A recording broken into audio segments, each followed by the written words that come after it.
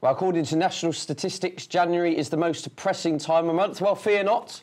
Mr. Nick Watts and Mr. Graham Modway are here in the studio, and we're going to kick off our Cheltenham Anti-Post series by looking at none other than the Cheltenham Gold Cup. It's great to see you again, gentlemen. I should say happy birthday to you as well, Graham. Now, I mean, we're looking at the market. Bobsworth heads up around the 3-1 mark here.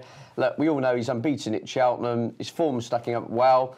But the question is, Nick, if I was going to give you some money now and say walk down to your bookies, would you back him at 3-1? No, I probably wouldn't. I'd probably wait. But, you know, you've summed it up pretty well there already. It's easy to make the case for Bobsworth. It's very hard to make a case against him because he is rock solid. He loves Cheltenham, loves the festival, unbeaten at the festival in 2 times he's gone there. Hennessy form looks rock solid. Beat Tidal Bay, obviously, and then won the Lexus, beat First Lieutenant even further. And, you know, it all brought it back to me last season, watching Synchronise win the Gold Cup, that the Gold Cup is a staying race. Forget the fact that it's the blue ribband and you get the top chasers there. You need to be able to stay. It's 3 miles 2 on a stiff track and there's a big hill at the end of it. So you need to get up it. And some of these may not. Bobsworth definitely will. He was strong from the last in the RSA last season, far too strong for First Lieutenant. There's no chinks in his armour. He loves going this way round. If the race was run right-handed, you'd say there's a legitimate reason why he can't win this race, but it's not. It's his favourite way of going. It's his favourite track. It's his favourite trip. He's a solid jumper. There are no chinks in the armour that I can see, but do you want to go into an anti-post race 2 months before the contest at 3-1? Probably not, but that, I think he will win. The most likely winner. Graham, a lot of love for Bobsworth on the social media sites, Twitter especially. 3-1, do you think that's the right price? It's the right price, yeah. I think he'll win as well. I think he's the likely winner. I completely agree with everything that Watts has said. That's unusual. It is unusual. It's his birthday, he's in a good mood. So. Yeah, it was absolutely rock solid. Was impressed with him last season at Cheltenham, where Nicky Henderson actually said he wasn't right for a lot of the early season when he was getting beaten. He got beaten at Ascot and he got beaten at Kempton. I know that was right-handed and all his best forms left, but Nicky Henderson just felt that maybe he wasn't right then as well, and he just said that he just got him right in time for the RSA.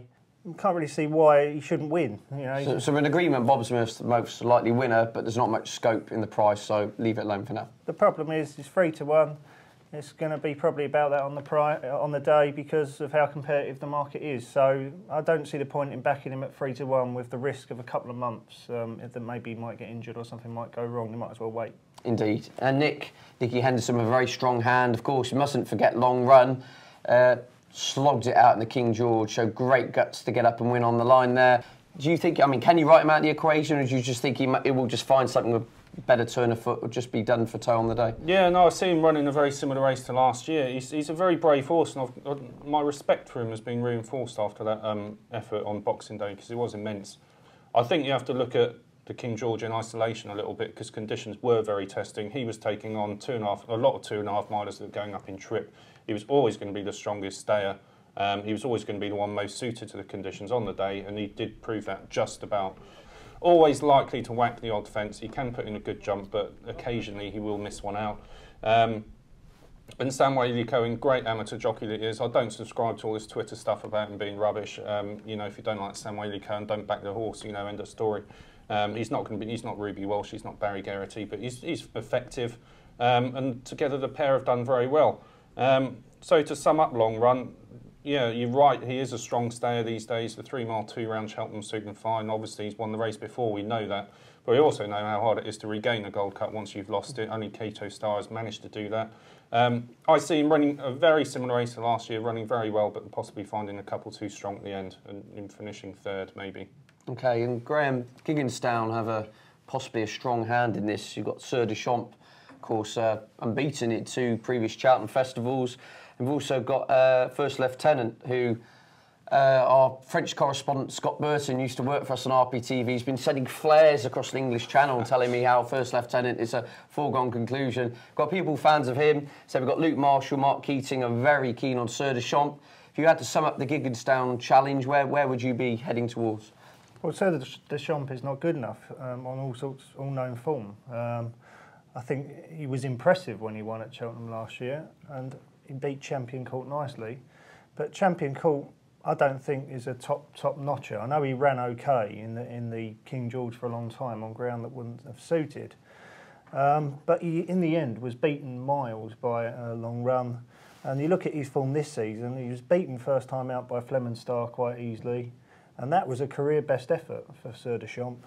And then last time out, he was fourth in the Lexus behind horses that are likely to reoppose in this race. Is there the argument that good ground and Cheltenham will see him go up 10-20%? If you're backing him, then your whole argument is based around the fact that he's jumping and he is going to improve for a switch to Cheltenham and better ground. If the ground is indeed better on the day, we sort of take for granted these days that it's going to be decent ground at Cheltenham, but that might not be the case this year. It's been an unusually wet winter.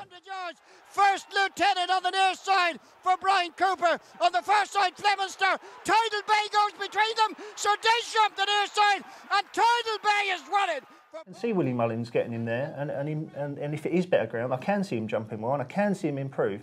But the bottom line is, on everything that he's shown so far, he isn't good enough, and he's too short at 5-1. Okay, so taking him on then, and it wouldn't be a Gold Cup, Nick, without mentioning Paul Nicholls. There's no Corto Star, there's no Denman, but there is Silvianarco Conti, who represents the younger brigade, if you like, very inexperienced in some respects.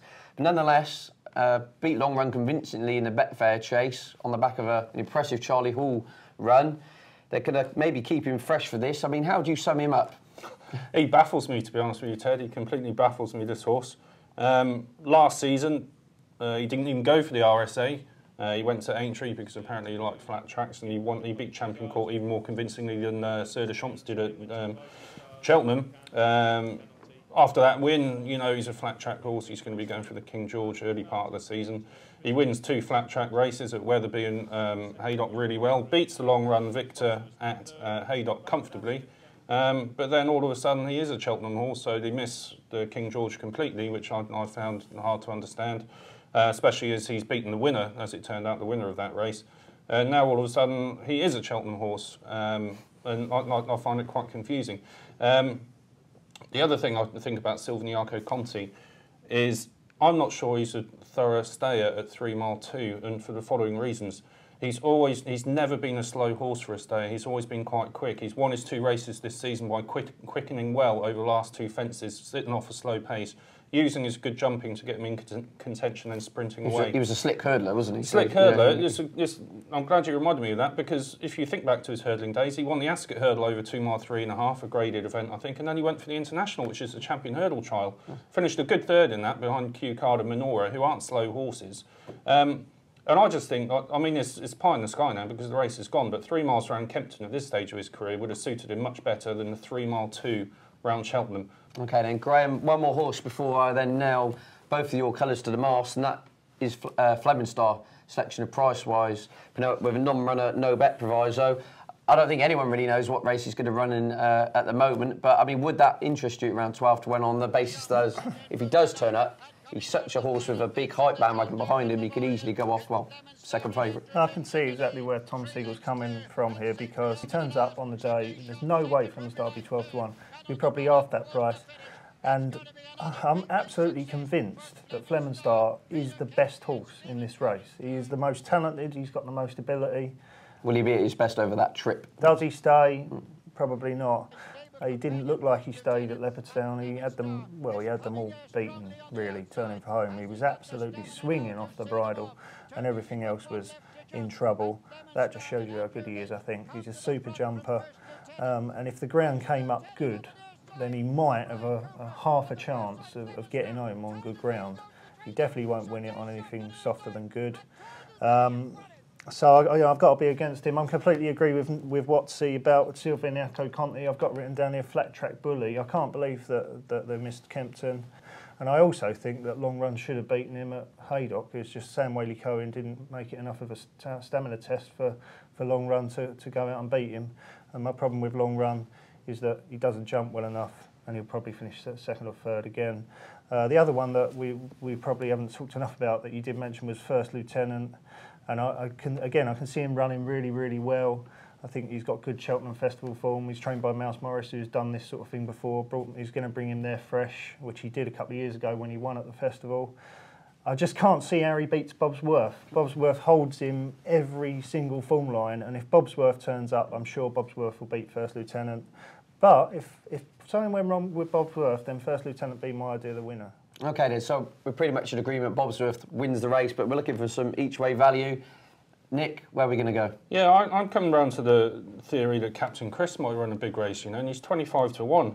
He's only £2 off Bobsworth on official ratings, and you know, the argument trotted out quite a lot is that he doesn't go left-handed. But I can't buy that. I just can't have it at all. Why not? Because you can't win an Arkle beating a future champion chase winner at Finian's Rainbow by not acting on the track. You have to, at some level, to some degree, acted on it. The argument would be his better performances have come right-handed. They have, yeah. But I don't think the left-handed ones. He's won at Cheltenham before he won the Arkle as well, and he finished his best. He was never ever right last season. I think that's exacerbated the problem. It's made it look worse than it is. I don't think he was ever at the races at all. He was well beaten in the King George, and you compare that to how he ran in it this year.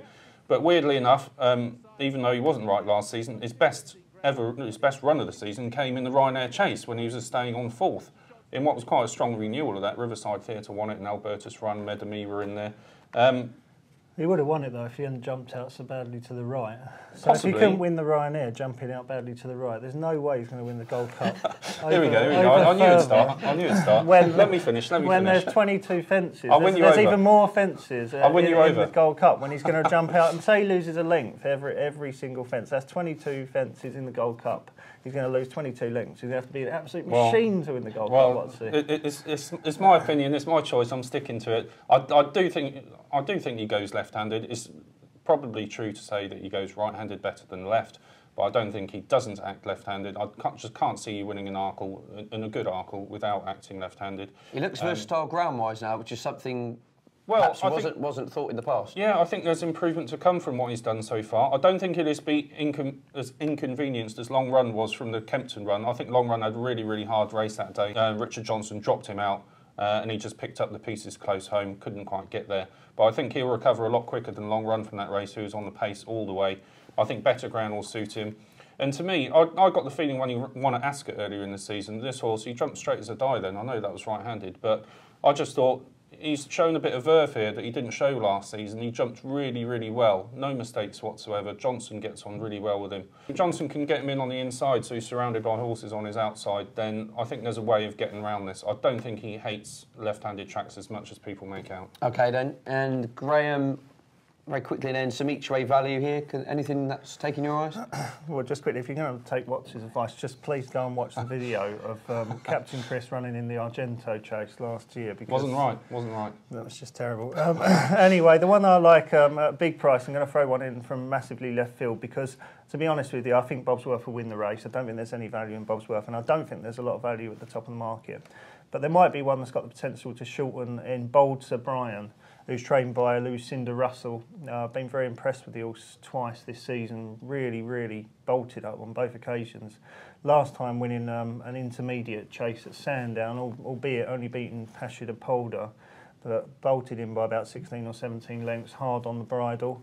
And he's going to go for the Peter Marsh chase, I believe, Lucinda Russell says in today's paper.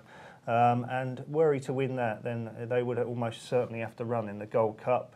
He's 50 to 1 at the moment, and if he turns up on the day having won the Peter Marsh, going in there unbeaten, 3 out of 3, I could quite easily see him going off at 16 or 20 to 1. He needs to make a huge amount of improvement. I'm not sure he's good enough to beat Bobsworth, but I could easily see him running into a place, and that's all you need at 50. So at this stage, he's the idea of the value for me.